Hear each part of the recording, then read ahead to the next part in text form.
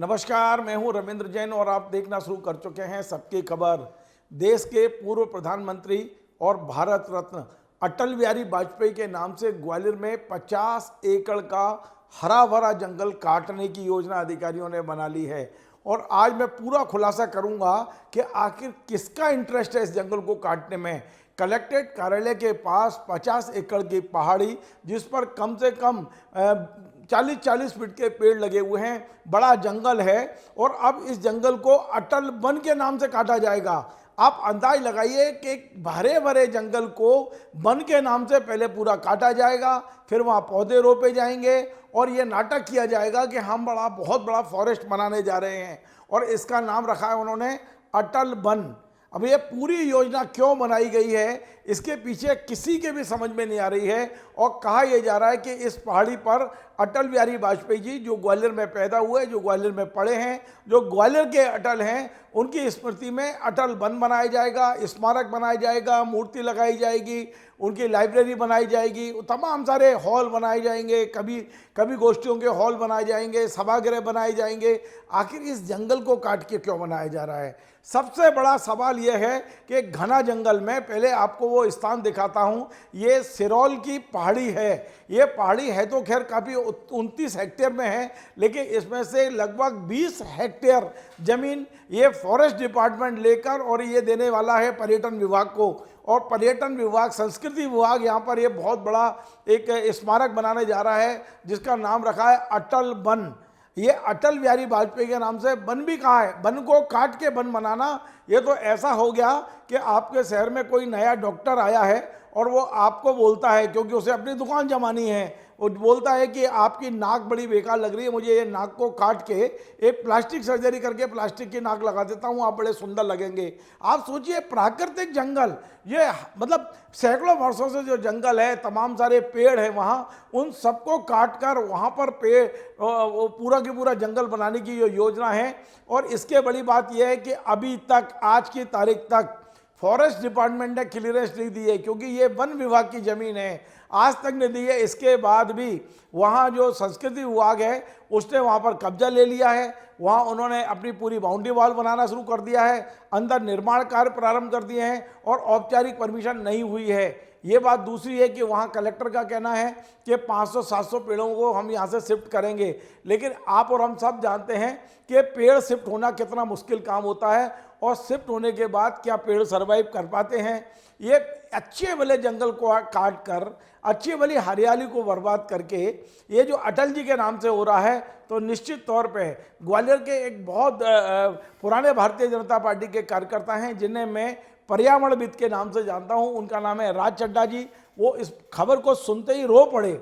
आप अंदाज लगाइए कि एक 80-82 साल के व्यक्ति जो पर्यावरण के लिए जी रहे हैं, जो लगातार वहाँ पक्षियों के लिए दाने की व्यवस्था करते हैं, वो भारतीय जनता पार्टी को गढ़ने वाले और बनाने वाले हैं। भारतीय जनता पार्टी के जिला अध्यक्ष रहे हैं। मध्य प्रदेश में एक बहुत अच्छा नाम है राज चड्ढा जी का। वो इसको जब ये खबर लगी तो रो पड़े। आज उन्होंने बहुत विस्तार से मुझसे बात की है, मैं पूरी बात आपको सुनवाता हूँ। और मैं ये चाहता हूं कि ये वीडियो मैं अकेला नहीं सुनूं, इस वीडियो को मध्य प्रदेश के मुख्यमंत्री भी सुने, मध्य प्रदेश के भी तमाम सारे नेता सुने, जिन्हें पर्यावरण से प्यार है, जो चाहते हैं कि ग्लोबल वार्मिंग को हम कम करें, पर्यावरण को बचाएं। इस वीडियो को सुन लीजिए और यदि हाथ जोड़कर मैं विनती करता हूं, यदि संभव हो तो ये 50 एकड़ घने जंगल को बचा लीजिए। ग्वालियर शहर के बीचों बीच बने इस जंगल को आप काट कर आखिर क्या मिल जाएगा आपको स्मारक बनाना है, आपने 20 करोड़ का सैंक्शन लिया है, 20 की जगह आप 40 करोड़ का सैंक्शन लीजिए, लेकिन इस जंगल में, इस पहाड़ में नहीं, आप किसी बंजर स्थान पर अटल जी का स्मारक बनाइए, वहाँ पर जंगल लगाइए, वहाँ पेड़ लगाइए, वहाँ पर आप पर्यावरण सुधारिए, पर इस जंगल को बचाइए। ये बात मैं नहीं, हमारे राज चड्ढा जी भी बोल रहे हैं। सुनिए, आज मेरी राज चड्ढा जी से जिस तरह बात हुई है, किस तरह वो भावुक थे, किस तरह वे गुस्से में थे, किस तरह उन्होंने आज अपील की कोर्ट से कि आप स्वतः संज्ञान लेने, हमारे पास पैसा नहीं है कि हम कोर्ट के दरवाजा खटखटाएं। किस तरह उन्होंने ग्वालियर में रह रहे अटल जी के परिवार वालों को अब साथ लेकर आगे बढ़ने की बात की है। सुनिए राज चड्ढा जी से जो आज मेरी बात हुई है। राज चड्ढा जी, मेरी आवाज आप तक पहुंच रही है? जी हाँ, बिल्कुल आ रही है जी। आपकी आवाज एकदम साफ आ रही है जी। राज चड्ढा जी, मैं ये जानना चाहता हूं कि आखिर सिटी के अंदर नगर पालिका क्षेत्र में इतना शानदार जंगल को काट कर ये प्रोजेक्ट क्यों लाया जा रहा है, और आप चूंकि भारतीय जनता पार्टी के पुराने सदस्य हैं, क्या आपने सरकार तक ये बात नहीं पहुंचाई? देखिए जी, मुझे ये लगता है अगर इस पूरी योजना को मैं परिभाषित करूं तो जी एक वाक्य में कर सकता हूं जी कि नए नए कोई प्लास्टिक सर्जन आए हैं और उनको अपनी सर्जरी जमाने के लिए, दुकान जमाने के लिए वो कह रहे हैं कि मैं आपकी असली नाक को काट कर प्लास्टिक की नाक लगाता हूं जो ज्यादा खूबसूरत होगी। बिल्कुल वही दृश्य है यहाँ पर।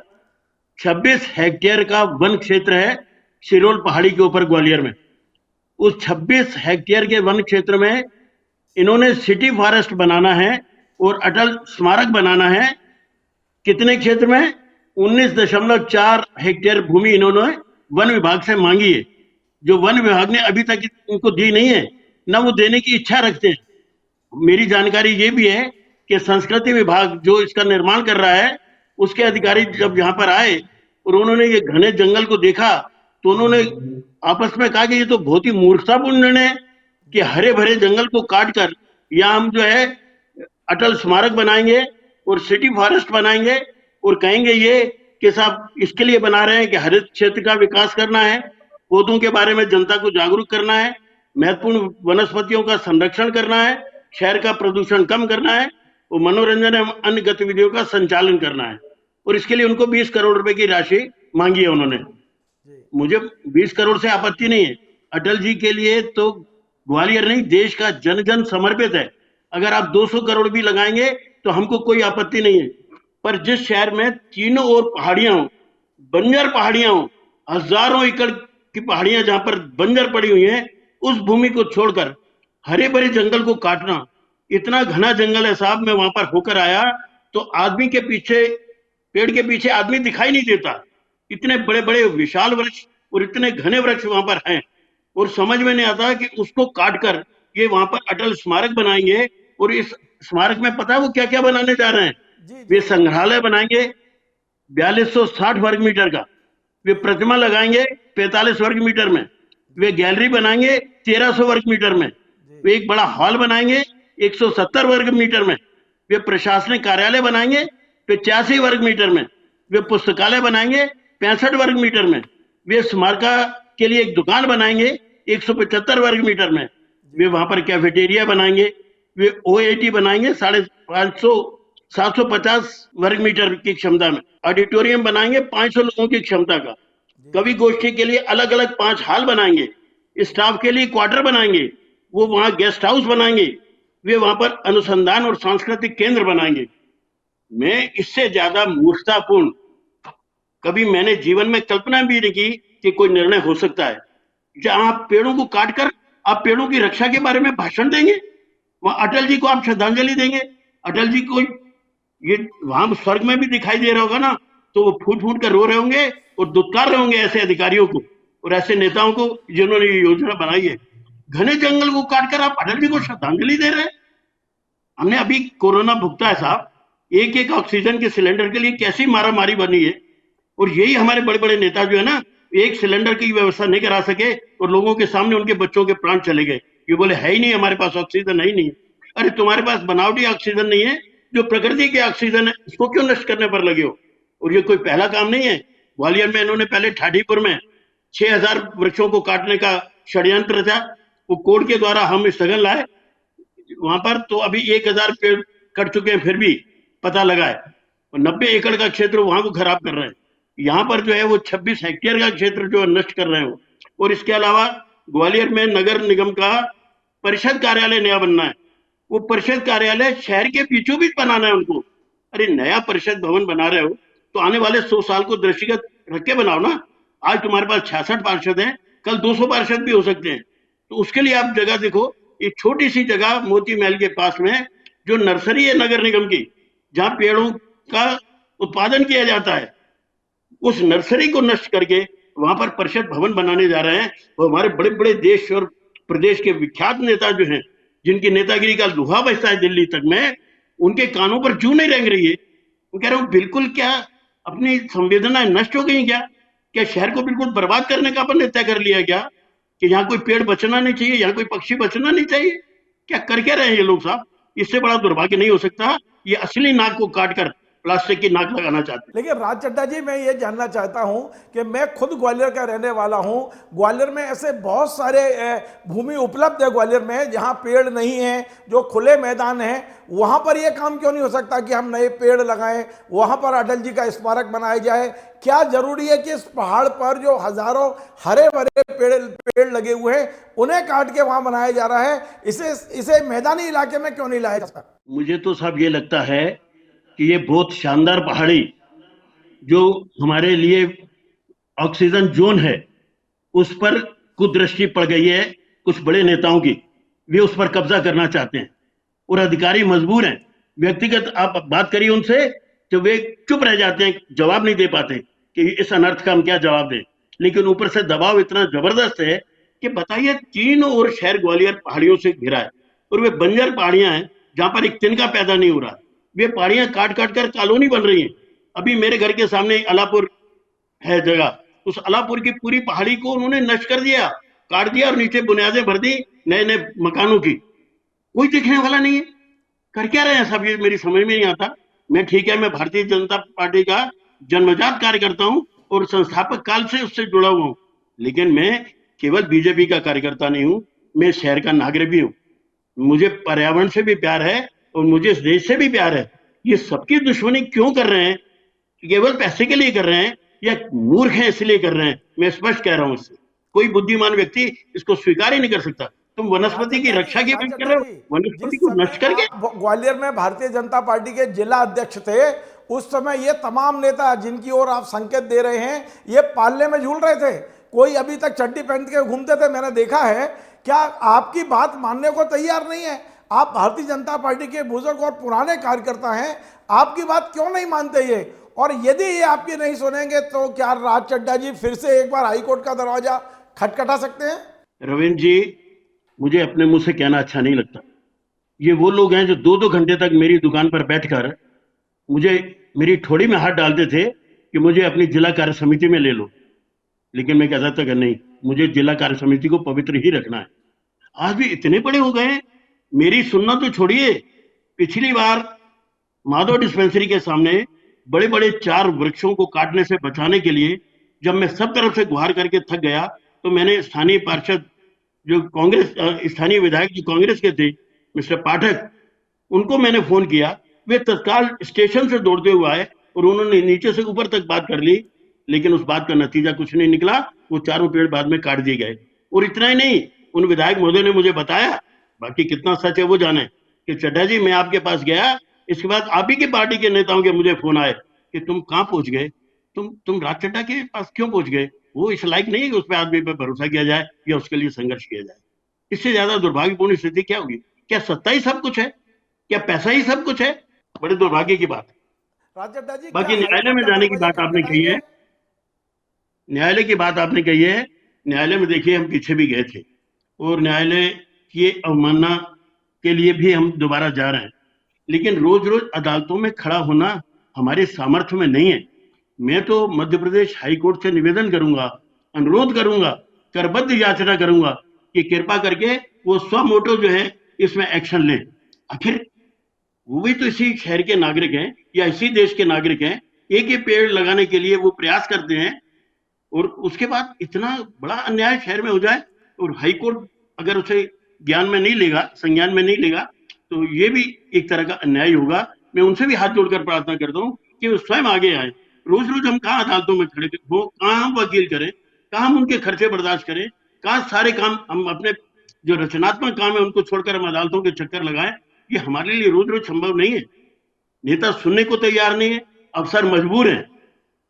एक अदालतों का सहारा है, तो अदालतों से मेरी प्रार्थना है कि वो स्वयं इसमें आगे आए और रक्षा करें। ये क्या अनर्थ हो रहा है?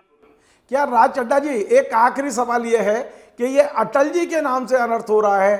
आज भी ग्वालियर में अटल जी का परिवार है, उनके भांजे हैं, उनके भतीजे हैं, उनकी बहनें हैं, क्या उनको भी इस आंदोलन से जोड़ने की कोशिश करेंगे ताकि इस सरकार के कानों पर जू रेंग सके, सरकार की नींद खुल सके? क्या अटल जी के परिवार को सड़क पर उतारने की कोशिश करेंगे कि वे भी एक सामने आए और इस पहाड़ी को बचाने में आपका साथ दें? हम पूरी कोशिश करेंगे अपनी ओर से।